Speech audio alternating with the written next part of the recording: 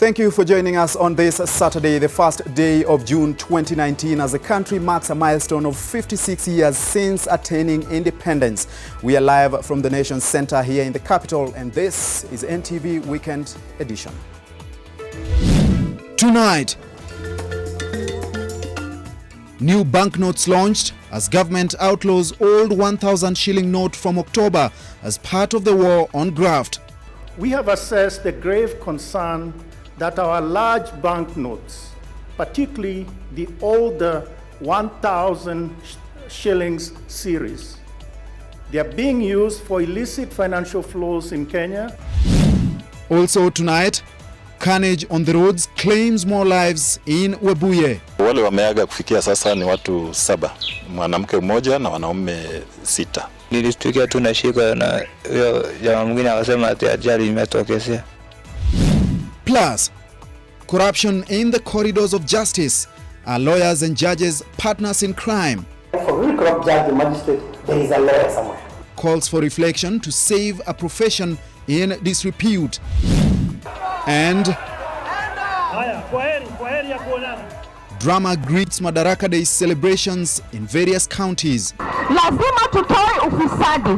Na ufisadi haiwezi kutoka saa ile tunakuwa tukitupa pesa kila kona ambao hatuwezi kusema imetoka wapi. Kwa hivyo mimi si bwana yako, hata ndio unashika simu zile wewe unataka.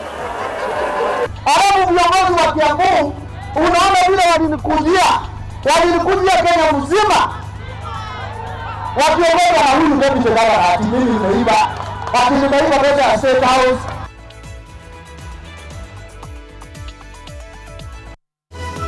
This is NTV Weekend Edition with Edmond Nyabola. Welcome to the broadcast. Our sign language interpreter tonight is David Agondoa. To our top story, and listen carefully to this, dear Kenyan. You will be expected to discard all old generation 1,000 shilling notes in your possession by October the 1st in a new move by the government to introduce new currency notes in the country. President Uhuru Kenyatta has today launched the new notes during the Madaraka Day celebrations in Narok County. Central Bank Governor Patrick Njoroge says the old 1,000 shilling series has been used for illicit financial flows in the country. The move follows a special gazette notice dated May 31st, 2019. NTV's Mel Miendo begins our broadcast. The war against corruption has been brought to the doors of the Central Bank of Kenya in a bid to curb illicit financing. In recent times, the country has been rocked by cases of theft of funds in large financial institutions, with those involved suspected of siphoning public funds in millions of shillings. At the heart of it has been the 1,000 shilling note, according to the CBK governor. The older 1,000 shillings series, they are being used for illicit financial flows in Kenya and also other countries in the region. Central Bank of Kenya Governor Patrick Njoroge has been drawn into the ongoing war against graft. He unveiled new bank notes, but with a rider. The old 1,000 shilling note will be withdrawn effective October 1st, 2019. Kenyans have 120 days from today to exchange it with the new one. The new generation banknotes were issued yesterday, May 31, 2019, by a gazette notice. They are now legal tender. The new banknotes will circulate alongside those previously issued but not withdrawn. The new currency is also expected to check the increase of counterfeit money. Financial institutions such as Barclays Bank of Kenya have been affected, with some of its customers and even officials arrested for cases of keeping fake currency notes in their bank accounts. We have seen the emergence of some counterfeits. These are grave concerns that would jeopardize proper transactions and the conduct of commerce in our currency. A move welcomed by the United Kingdom ambassador to Kenya, Nick Haley, who tweeted that those stashing proceeds of corruption in cash to avoid oversight will have to explain where their wealth has come from. The notes have images of the Kenyatta International Convention Center and a statue of Kenya's first president, Jomo Kenyatta. The 50-shilling note bears images symbolizing green energy at the back, while the 100-shilling note bears agriculture-related images. Images of social services are on the 200-shilling note, tourism on the 500-shilling note, and the highest value of the 1,000-shilling note displays images of governance. All the new currency notes are fashioned to enable the visually impaired use them. CBK has confirmed the printing process is complete and circulation has begun. Mel Miendo, NTV.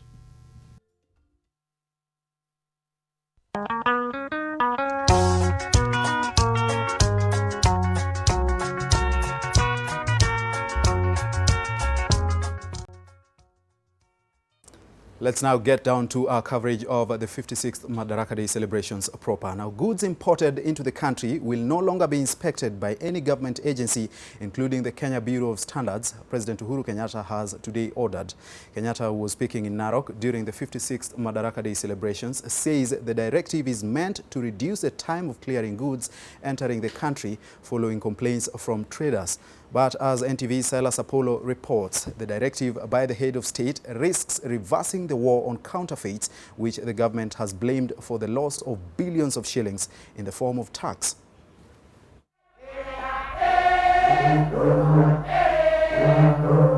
Speaking during the Madaraka Day celebrations at the Narok Stadium, President Uhuru Kenyatta said that his government was concerned with the pace at which goods were being cleared at the port of Mombasa. Kenyatta says the concerns arose from complaints by traders who have pointed an accusing finger at the Kenya Bureau of Standards and other agencies for deliberately delaying the process. Imported goods, therefore, should not be subject to additional inspection at the port of entry, except for cases legitimately suspected not to conform to the set standards. President Kenyatta said that the directive, which takes immediate effect, is to promote the ease of doing business in the country. I hereby direct the Kenya Ports Authority, the Kenya Revenue Authority, and the Kenya Bureau of Standards to honor the pre-shipment inspection done by its appointed agents. But that directive by the president, though coming as a reprieve to traders, could also affect the ongoing war on counterfeits and fake goods entering the country. KEBS has in the past blamed the fakes for losses of tax revenue running into billions of shillings. Some of the goods have also been said to be containing harmful toxic and not fit for consumption. It is this concern that led to the formation of a multi-agency task force comprising KEBS and other government agencies, all charged with the duty of inspecting goods and destroying the fakes. But that task force has been blamed for delaying clearances, with some businessmen accusing those in charge of demanding bribes. Kenyatta also did not fall short of affirming his commitment to fight corruption, saying the war will go on undeterred. The war against corruption is a war we are undertaking with no joy, but one that will continue without relenting. The judiciary must therefore deliver justice, with cases being heard and determined expeditiously. Money must be recovered, culprits must vacate their positions, and people must serve jail terms for the process to come to full circle. Silas Apollo, NTV. And the increase in reported murder and suicide cases in the country has drawn the attention of the president. President Uhuru Kenyatta has today, during those celebrations, expressed concern about the mental wellness of the Kenyan populace on account of the troubling reports. Charity Mwangi has that report. I have noted with extreme sadness and profound concern the recent rise in reported cases of suicides and homicides in the country, particularly femicides. The sentiments of a disturbed president, the cases being too many to ignore. The story of a student doctor hacked to death by an admirer in broad daylight caught those who witnessed and the country at large by surprise. The man wielding the axe was Naftali Kinuthia. He seemed to be the average young Kenyan man with a great job and a bright future. Kenyans still question what could have gone wrong to drive him to such violence. The murder case is still in court. With regard to homicides, there can never be any admissible reason to take an innocent life. You not only end the life of the person you kill, but ruin your own life in the process as well. This note popped up on social media, shared by 50-year-old Albert Mwangi. He had killed his wife and committed suicide. The note was written to his children with a special mention to his spiritual leaders who tried to reconcile him with his wife, who he said was the cause of his torment. It does pain me to see the distress and anguish in the faces of family members who are left behind by one who felt the life offered them no other option. Police officers have been the greatest casualties of killings. They are reported to have killed random people in entertainment areas and even close family members. This raises concern on professions that predispose workers to mental breakdowns. I urge employers and institutions of learning to invest more time and resources in monitoring and facilitating the mental well-being of their charges. Hardships of life seem to be a catalyst. A mother in Sosiot, Kericho County, poisoned her 3 children and committed suicide. The bodies of the 4 were discovered by neighbors who went to investigate why the family had taken too long to wake up. Check on your family members and friends and be their safe harbor. A little caring in a world where we have become too busy for one another will go a long way. The president has encouraged those who may be struggling with depression to seek help, if only to save their lives and to prevent causing any life-altering suffering. Charity Mwangi, NTV. This is one subject that has elicited a lot of reactions and debate in the country, and NTV, of course, has been on top of issues once again. In the last 2 weeks alone, there has been a stream of reports about suicide. These stories are, sadly, just a small representation of a bigger scourge afflicting the country. The World Health Organization estimates that 7,000 Kenyans attempt to take their own lives every single year. Many of them, unfortunately, do succeed. This Sunday, Sheila Sendeyo delves into the very difficult subject. She takes a peek inside the battles raging in their minds, the pain of those left behind, and how those who have stared into the abyss are encouraging others to talk about their struggles with mental health. Here now is a sneak peek. Aliniacha na mimba ya miezi 9. Hatukuwa na shida yoyote wakati ambapo aliniacha. Niliacha kupiga duru na nikakata hiyo kamba nikamuralisha nione kama ako. Nikasikia ako baridi. When you're trying to think about tomorrow and it's too painful to think about, when you're trying to think about dealing with the consequences of things that you've done, taking your life seems like a very easy exit. Going to seek for help is a show of courage.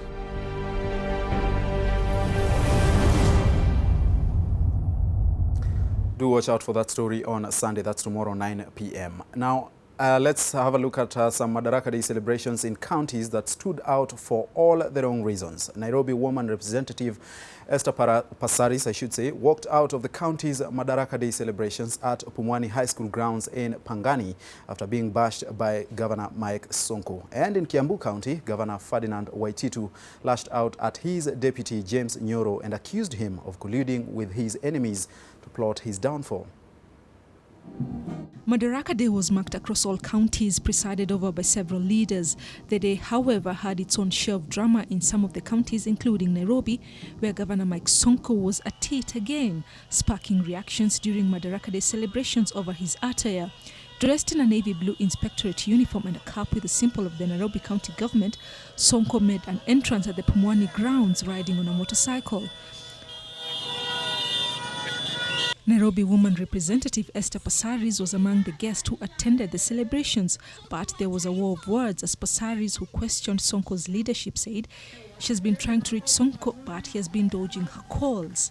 Kuna watu ambao walikuwa wamejipanga hapo mlangoni na wananiambia, wewe Esther, wewe Passaris, wewe ni mchoyo, hutoi pesa. Gavana wetu ameenda kwa TV, ameonyesha ako na title deeds 1,000, ameonyesha ako na pesa ya kufanya hata mashamba za Uhuru Highway na pesa yake. Mwezi iliyopita Turkana ukapeleka magari nyingi sana za chakula, na tunataka pia uangalie watu wa Nairobi, kwa sababu tumeona pia hapa Nairobi kuna shida sana ya chakula kwa orphanages. Mimi nataka kuambia hiyo pesa ambayo governor ako nayo, mimi sina hiyo pesa, na ufisadi haiwezi kutoka saa ile tunakuwa tukitupa pesa kila kona ambao hatuwezi kusema imetoka wapi. Tuache kupoliticize development. Na hiyo mambo unasema ya kupeana chakula, wewe hiyo pesa yako unasema kidogo, peleka kwa children's home. Mimi ile yangu mingi wacha nipelekea wananchi. Haikuhusu, wachana nayo. I'm the good deeds ambassador in Kenya. I can peleka chakula to any part of the country na bado nipeane Nairobi. Kwa hivyo mimi si bwana yako, hata ndio unashika simu sasa wewe unataka. Kwa hivyo hapo tuheshimiane. Lakini upande ya miradi mimi Passaris stood up and left the venue. Na kuunga mkono. Haya, kwa heri ya kuonana. Sonko proceeded with his speech unbothered by Passaris' departure. Kila mtu afanye kazi yake. And in Kiambu County, the 56th Madaraka Day celebrations took a new twist when Governor Ferdinand Waititu accused his deputy, James Nyoro, of colluding with his enemies to plot his downfall. Earlier, Nyoro was booed by the crowd at the Dumberi Stadium, forcing him to cut short his speech. It all started when the governor arrived, only to find that he did not have a seat. The only available seat was that of his wife. Waititu was not amused, but the county commissioner was able to calm him. A furious Waititu went ahead and told off his deputy, accusing him of fixing him to the Ethics and Anti-Corruption Commission so that he can be prosecuted. Alafu viongozi wa Kiambu, unaona vile walinikujia Kenya mzima, wakiongozwa na huyu deputy governor, ati mimi nimeiba, ati nimeiba pesa ya State House, ati nimeiba pesa ya Southern Sudan, ati nimeiba pesa ya wapi. Hiyo yote ilikuwa ni uongo. And Murang'a Governor Mwangi Wa Iria has for the first time graced local celebrations on national days 3 years after he fell out with the local administration team. The governor and the county assembly members had earlier declared that they will never share any forum with the former county commissioner, John Elungata, who was later transferred to Mombasa as the regional commissioner.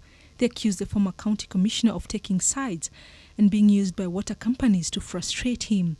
Wa Iria spoke during Madaraka Day celebrations held at Ihoro grounds. Rozongoi, NTV.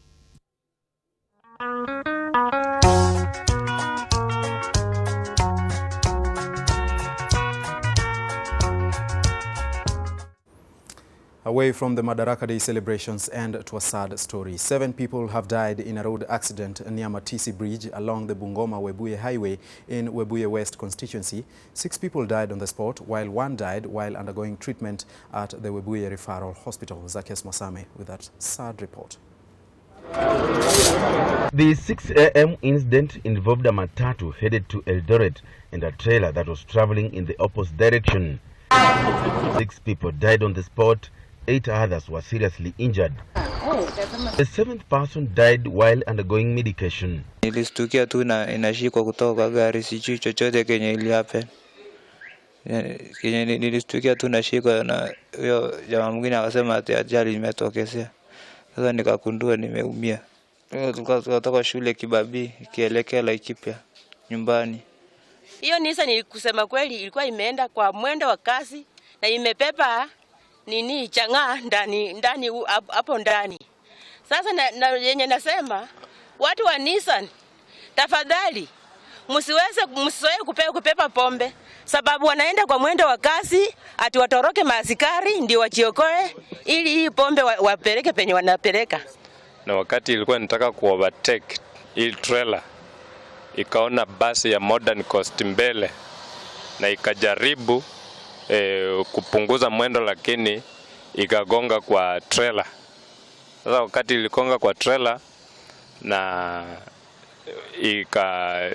watu 6 pale wakakufa, wengine 6 wakaumia, wakapata majeraha, wakakuwa hali mahututi, wakapelekwa hospitalini.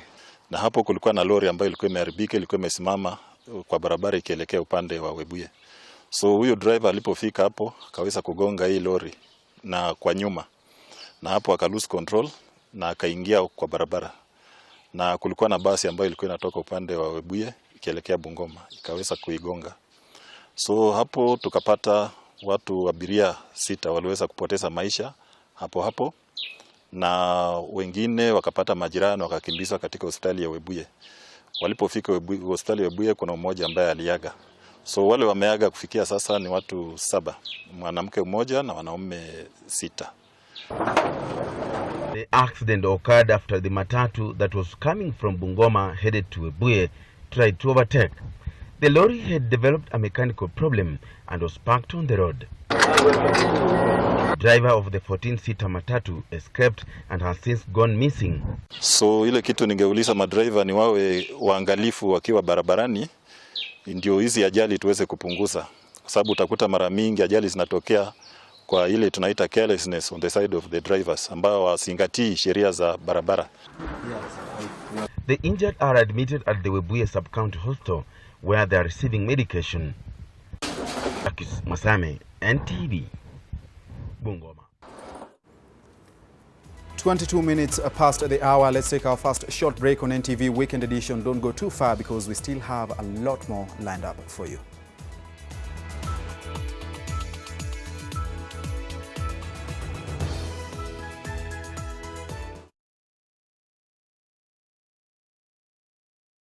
The Central Bank of Kenya has issued new generation banknotes following promulgation of a new constitution which ushered hope for a newly reborn and prosperous Kenya. After taking into account views received from the public, CBK adopted concepts to symbolize the drivers of a prosperous Kenya, namely green energy, agriculture, social services, tourism and governance. The front of the banknotes bear the image of Kenyatta International Conference Center, one of the most iconic and recognizable landmarks in our country. A dove is also shown to symbolize a peaceful Kenya. To identify a genuine banknote, feel, look, and tilt it. If you run your fingers over the note, you will feel the raised print on Kenya and also on the value.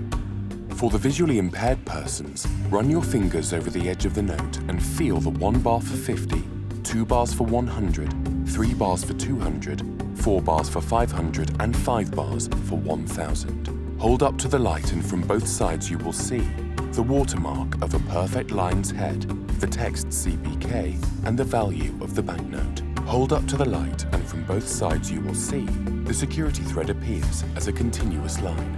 If you tilt at an angle, you will see the security thread changes color from red to green on all the banknotes. Additionally, for the 200, 500 and 1000 banknotes, a rainbow color appears on the thread when tilted.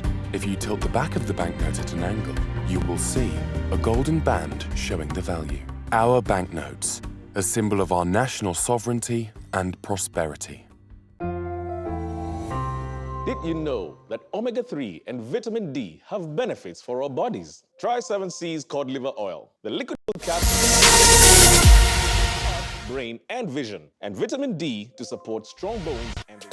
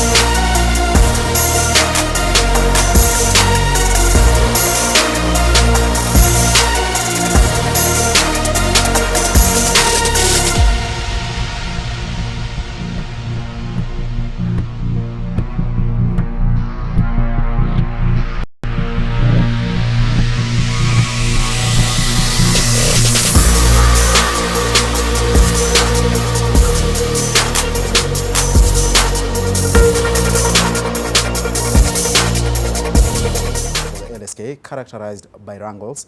These include the hotly contested election for the lawyers' JSC male representative between Macharia Njeru and Tom Ojienda, which was won by the former, by the way, which raised issues of integrity standards within the Law Society of Kenya. Take a look at this report. The Law Society of Kenya has been experiencing a turbulent year, with controversy almost always dogging it. A decision earlier this year by lawyers to remove help and KRA clearance for contestants seeking to represent lawyers in the Judicial Service Commission was viewed as a new low for a profession that has experienced a steady decline in the eyes of the public. The lowering of the bar has been divisive, and senior members of the legal fraternity are concerned about what is happening. You can have a rogue executive, and we can fear it. You can be afraid of it. You can have a rogue legislature, and you can be afraid of it. But if you have a rogue judiciary and therefore a rogue legal profession, that country is dead. Visits to organizations and firms. Justice Nyabola also addressed the biting issue of misconduct and corruption, which has been evident in the association. He further cautioned members to be mindful of their conduct. You cannot have a judiciary that is not corrupt, that is corrupt, and have a bar that is not corrupt. For every corrupt lawyer, for every corrupt judge or magistrate, there is a lawyer somewhere. This year, you as a society were caught up in a moment where you are questioning your own rules as regards the integrity of nominees to the JSC. I take no position. The rift among those in the legal fraternity has grown, with increased incidents of wrangling, and LSK chairman Alan Gishuhi is all too aware. There have been complaints from the bar and the bench. I've had conversations with various parties, and one important thing that we must appreciate is that respect has to be earned, and we must respect one another. We must respect the members of the bench. The calls for reflection were made at an event to celebrate outstanding lawyers dubbed Nairobi Legal Awards. Chacha Odera was recognized as the Best Lawyer of the Year, with ALN Kenya and Jarwala and Kana recognized as the Large Law Firm of the Year. John Ohaga was featured as the Pupil Master of the Year, with Kiruti and Co-Advocates awarded as the SME Law Firm of the Year. Johnson Karaoke was also recognized as the Young Lawyer of the Year. Duncan Ondimu was awarded Public Sector Lawyer of the Year, Teresa Omondi Civil Sector Lawyer of the Year, with Eric Theory recognized with the Committed Service Award. Kennedy Mwai also got the Branch Chairs Award. The National Council for Law Reporting was featured for being the Public Legal Department of the Year, with Safaricom PLC's Legal Department awarded Corporate Legal Department of the Year. Lady Justice Hedwig Ongudi was also recognized as a Judicial Lawyer of the Year. Stacey Kirori, NTV. Now, the Law Society of Kenya has advised families of victims of the ill-fated Ethiopian Airlines crash to be cautious about who represents them in the compensation process. This follows reports that an American firm has advertised its willingness to provide legal services to those families. March 10th, 2019, a day that is etched on the hearts and minds of many after the ill-fated Ethiopian airline flight ET302 crashed just 6 minutes after takeoff, killing all 157 passengers on board. And as families prepare for the compensation process, the Law Society of Kenya has issued a statement advising Kenyans to be on the alert after an American law firm by the name Friedman Rubin advertised that they are open and willing to represent families of the victims of the crash. In the statement, LSK wrote, and I quote, "This is to caution unsuspecting members of the public that the persons appearing on the piece published by the Daily Nation purporting to offer legal services to the families of the victims of the Ethiopian airline crash are not qualified to practice law in Kenya under the provisions of the Advocates Act. This is not the first of such, as other law firms had also come forward seeking to represent the affected families through the compensation process. Many also see this as an opportunity by the firms to rake in profits. LSK termed the advertisement as a breach of rules and said it would follow up the matter with the American Bar Association for further action. Each family could receive millions of shillings based on international laws governing the issue of compensation. Helen Aura, NTV. Directorate of Criminal Investigation officers from Buruburu have arrested a man suspected to be behind the murder of Helen Kwamboka, a police constable attached to Parliament buildings. The suspect was nabbed in his hideout at Swamtown near the Kenya-Uganda border after being trailed for almost a week. NTV's Helen Wanjohi has more details. 30-year-old Eric Onyono Nyakundi's days of running have come to an end. He was arrested today attempting to flee the country. During the chase, the suspect had moved to his native home in Nyamira County, Kisii, Kisumu and Bungoma before his arrest. The officers managed to track his whereabouts through Helen Kwamboka's phone, which he was using. The key suspect has been on the run from 24th of May, the day when Kwamboka's body was found lying on her bed in Umoja Estate with a deep cut inflicted on her head. Police suspect that Kwamboka was first strangled before she was killed. Kwamboka last reported to work on May 23rd and left for home at around 7 p.m., the last she was seen in public. Eric, whose motive remains unknown, is now being moved to Nairobi to face charges on Monday. Kwamboka will be laid to rest at Kapomboi Village, Kitale, Trans Nzoia County on Friday, June 7th. Helen Wanjohi, NTV. Wildlife population numbers in Kenya have been on the decline for the last 3 decades, with damning reports warning that a large part of our wildlife and biodiversity is at risk of extinction in the next few years. But the war on wildlife crime is now taking a new technology-driven direction. At the Olpejeta Conservancy, a technology-focused lab to protect wildlife could just be the game changer for anti-poaching efforts, as NTV's Anita Nkonge reports. According to United Nations Biodiversity Report, the world could lose 1 million plant and animals to extinction in the next few decades. But here the Olpejeta Conservancy holds a possible solution that can help biodiversity conservation not just locally, but across the world. Situated in Laikipia County and home to the world's last 2 northern white rhinos, Olpejeta Conservancy is now also home to a world's first in technology. What's happening in Laikipia today is historic for the simple fact that this is the world's first conservation tech lab. The Olpejeta Technology Lab will actually enhance the way we respond to problems.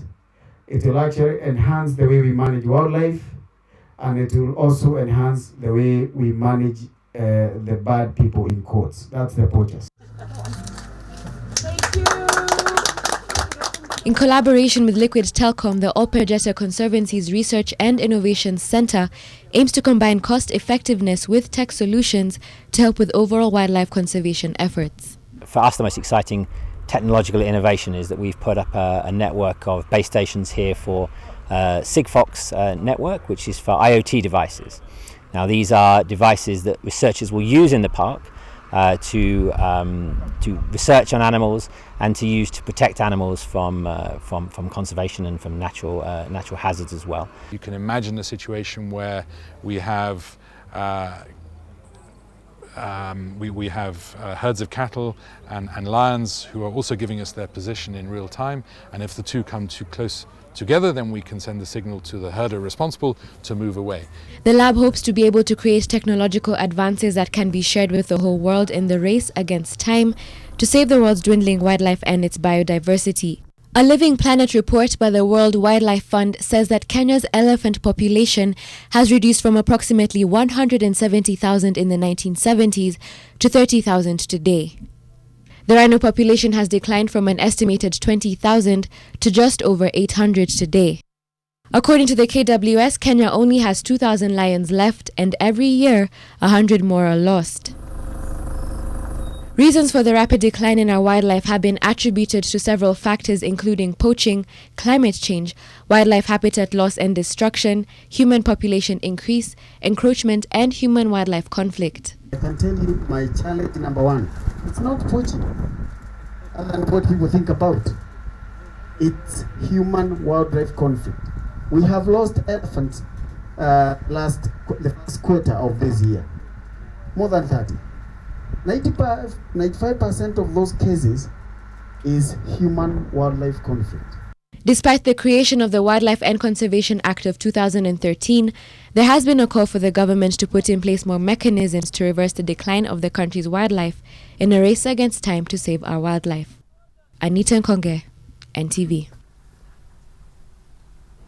Quite some beautiful pictures from the Olpejeta Conservancy. That technology, of course, will contribute immensely towards conservation efforts. Let's take another short break on NTV Weekend Edition. We still have more, including your favorite Saturday segments. Don't go too far.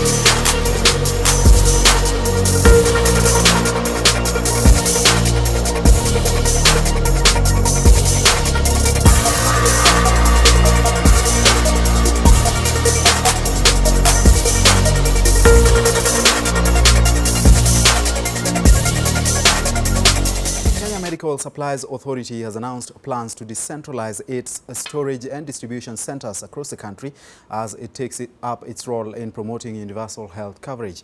The government agency has already started the rehabilitation of 2 warehouses in Mombasa and Kisumu that will speed up the distribution of medical supplies. NTV's Brenda Wanga has that report. It's almost midday at the Mtwapa Health Facility, and the waiting bay for the mother and child care wing is brimming with the targeted client. Mothers keen to keep up with the infants' vaccination programs are administering the required doses to their children. Justin and Diana have been regulars here since they realized they were expecting their firstborn child. Justin and his wife are not in any formal employment, and private healthcare is out of reach for them. Kurahisishia maisha. Maana tuseme ni sina kitu. Naweza enda hivyo hivyo na nikahudumiwa na sina kitu. Hiyo inaturahisisha maisha. This facility attracts many clients on a daily basis. The managers tell us the numbers are more than tripled since the advent of devolution of the function of health, and it just isn't in Kilifi alone. Here in the lakeside city of Kisumu, facilities are struggling to keep up with the influx. Since the USC started, the flow of patients have doubled. Because currently we can see even 100 patients, because there's, the commodities are there, frequent supply from KEMSA.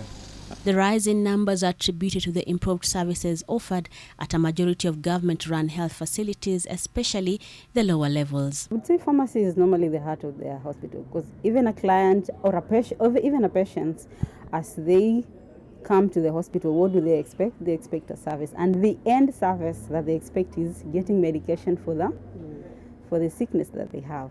So if they come to a hospital and they do not, yes, they'll get all the services, they'll get the diagnosis, they'll get the everything, but without the drug, most of the clients always feel like they haven't been served properly. That is an expectation that rings true for Ali Mangale, a resident and client here.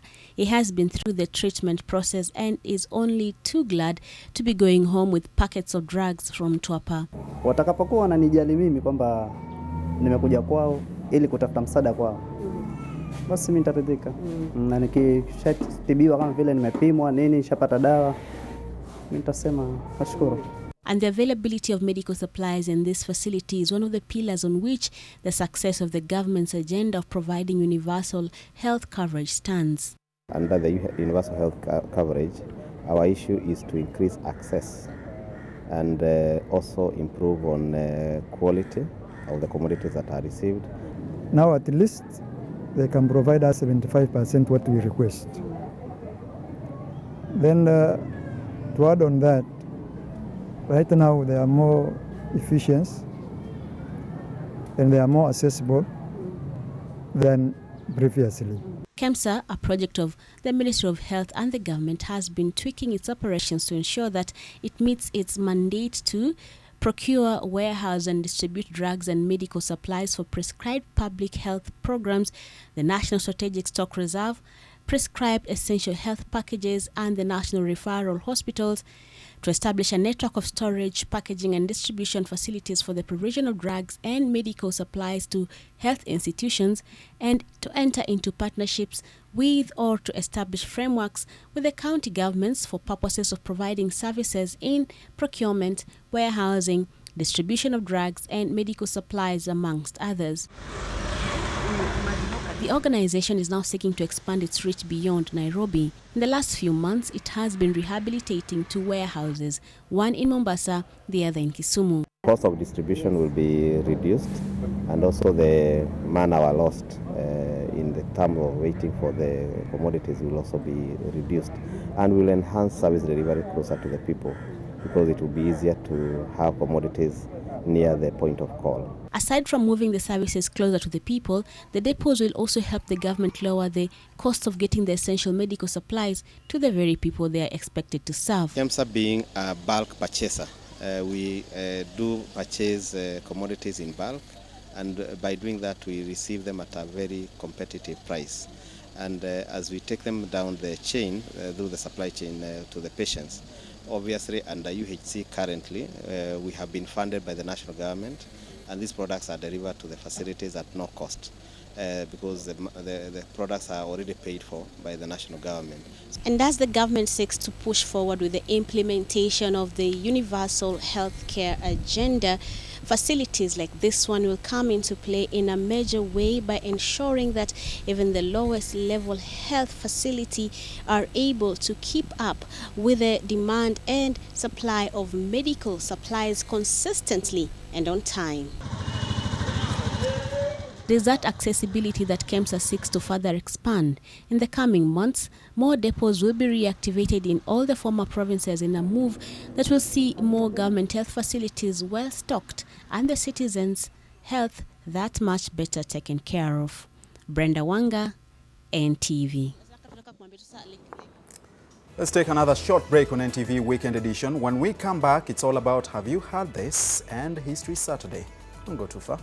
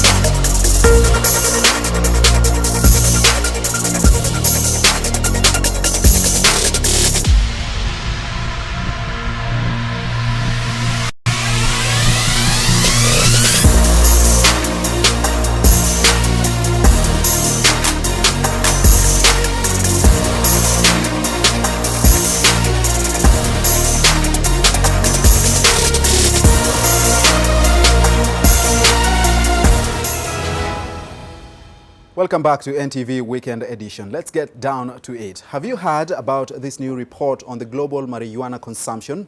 I'm sure you're probably thinking of countries like Jamaica or Uruguay, the Netherlands, or parts of the United States, where weed is legalized as the top consuming nations. No, It's not, my friends. Surprisingly, Nigeria tops the world in weed consumption, according to a Business Day report. 19.5% of those over 18 in the West African country consumed weed in the last year. That translates to 20 million people. That is nearly half the population of Kenya alone. Of course, Nigeria has 200 million people. Canada and the United States complete the top three. 13 African countries, including Kenya, account for 565.4 million people who smoked weed in the last year alone. Might you be one of them?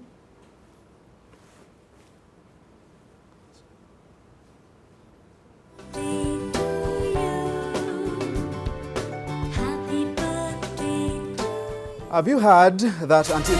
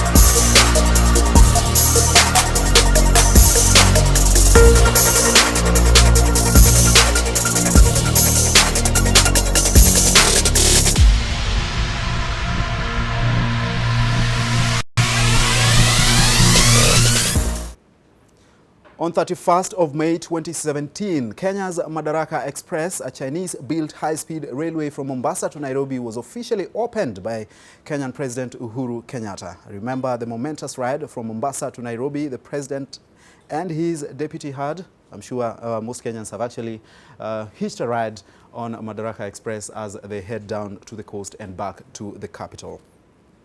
Beyond our borders, on 29th of May 1999, Olusegun Obasanjo took office as President of Nigeria. He was the first elected and civilian head of state in Nigeria after 16 years of military rule. He served until 2007. Coincidentally, on the same date in 2015, Muhammadu Buhari was sworn in as the President of Africa's largest economy.